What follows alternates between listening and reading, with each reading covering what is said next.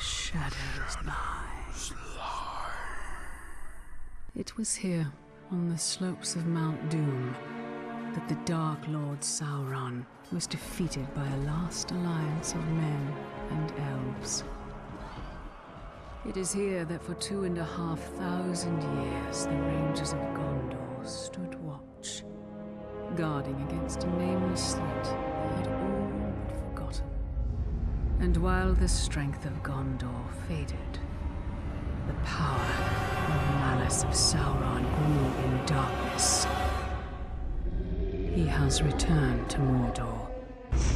Shadow and flame have fallen on the Black Gate, and no mortal man can stand in its path. What's up, guys? How you doing today? It's your boy Jay Color, coming to you with another episode of the first few. I'm gonna try to change these up. Originally, my plan for them was that they would just be the opening minutes of gameplay of any given game, but with this game that I'm going to talk about today and a couple of others, I've decided that I kind of want to give my initial thoughts upon playing the first few hours of a game, just because reviews are a little more complicated and labor intensive for me to be able to do, and I just don't have as much free time to do it. So this kind of gives me an opportunity to spit these out at a more frequent rate. Anyway, today we're talking about Middle-earth: Shadow of Mordor, and I do have the opening minutes of gameplay playing in the background under my voice. I just recently picked this game up on sale. I didn't play it when it first came out because it didn't really seem to appeal to me at all. I'm not a Lord of the Rings fan, not a big one anyway. I did see the original movies, and I enjoyed them for what they were. But I never read the books. I never went and saw The Hobbit. Those movies just don't look good to me in any regard.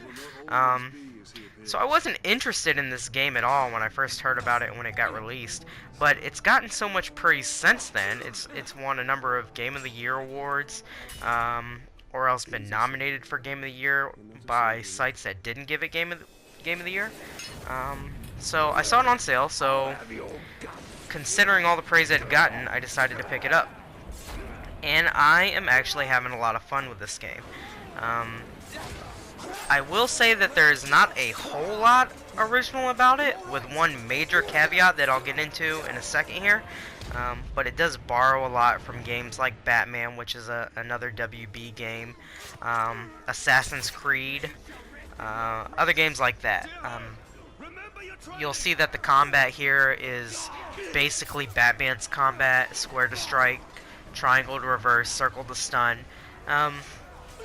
But you see this in a lot of third-person action games now, because it's just a very well-done combat system. So if it's so great, why not rip it off, I guess? But it is fun here. You're using a sword mainly instead of your fists, so it does feel a little different. But it's a lot of fun. The combat's good. Traversal is very Assassin's Creed-esque.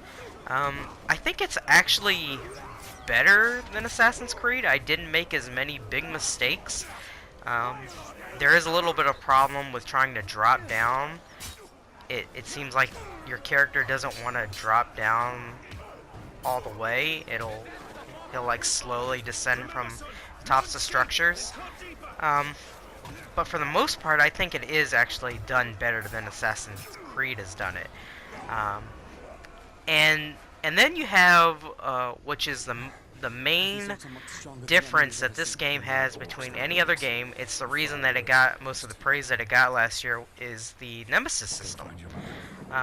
Basically, what the Nemesis system is it creates a system for, I think that it's randomly, procedurally done enemies that it's creating. I'm not sure about this. It could have possibly like a cache of enemies that the game's pulling from, but these enemies exist in the world, and they're all unique from each other. And so what that means is that you'll build specific relationships with certain enemies in the game, whether that is fighting them over and over again, or just seeing them walk around in the world, having them kill you repeatedly and then getting promoted through the orc ranks, or being scared off by you, or you permanently disfiguring them. Basically what this does is that you're creating your own stories in the game, which is a really kind of cool feature that this game has, and it's a lot of fun to play around with. I didn't really get a chance to play too many of the story missions, and so basically my opening hours with this game have all been just playing around with the Nemesis system, and it is a lot of fun. I mean, I think the game's worth experiencing for that alone. Now, outside of that, some of the things that I had a problem with so far into the game are like the story and the world. The story seems like it's going to be fine for a Lord of the Rings story. There doesn't seem to be... It's not that interesting, I'll say. At least in the opening hours of it. I don't want to write it off completely, but it seems like it's just going to be a device for the great gameplay and the Nemesis system, and that's okay. The other main thing I have a problem with is the world itself, not the enemies populating it or things like that, or even the design of the world, but it just the art design of it mainly. It's kind of plain. Once you've seen a little bit of the world, it feels like you've seen the whole thing. And I have gotten a chance to see a lot of it because the world doesn't seem to be that large. And I mean, it doesn't really need to be, because you're not going to be getting around the world super quickly unless you hop on the back of like one of these dog beast things.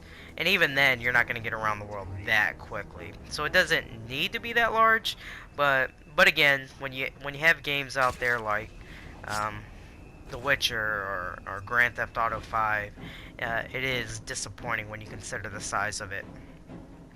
Otherwise, I am having a lot of fun with this game. I'm not sure if I'm going to do a review for this. I think that I'd like to. But like I said at the beginning of this video, this kind of gives me a chance to give my initial thoughts on the game if I'm not able to get around to doing that review. There are a couple other reviews that I'm working on right now that I'd like to get out. I don't want to talk about them too much in case I'm not able to do it. You know, I'm kind of just all doing these in my free time. But I would say that I'm probably going to have another review out here in about a week or so. But anyway, guys, those are my initial thoughts on Middle-earth: Shadow of Mordor. Enjoy the rest of the video, and I'll see you guys next time.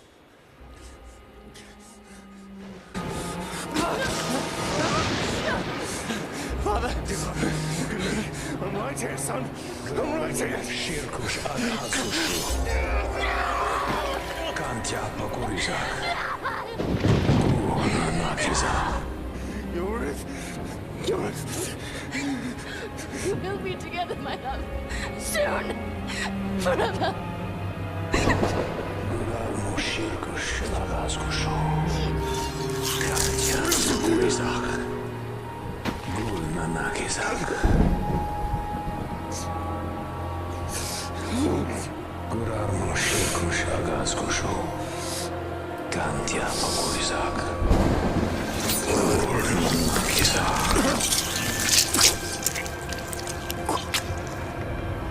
Come back to me, Elf Lord.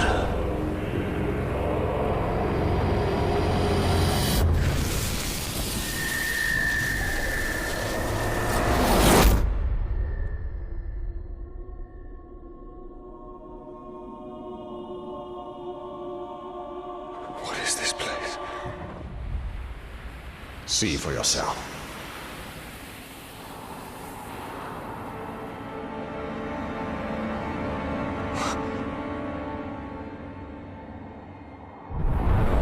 Mordor. Now, do you believe me, Ranger? What has happened to me? banished from death, cast adrift between the worlds of light and dark.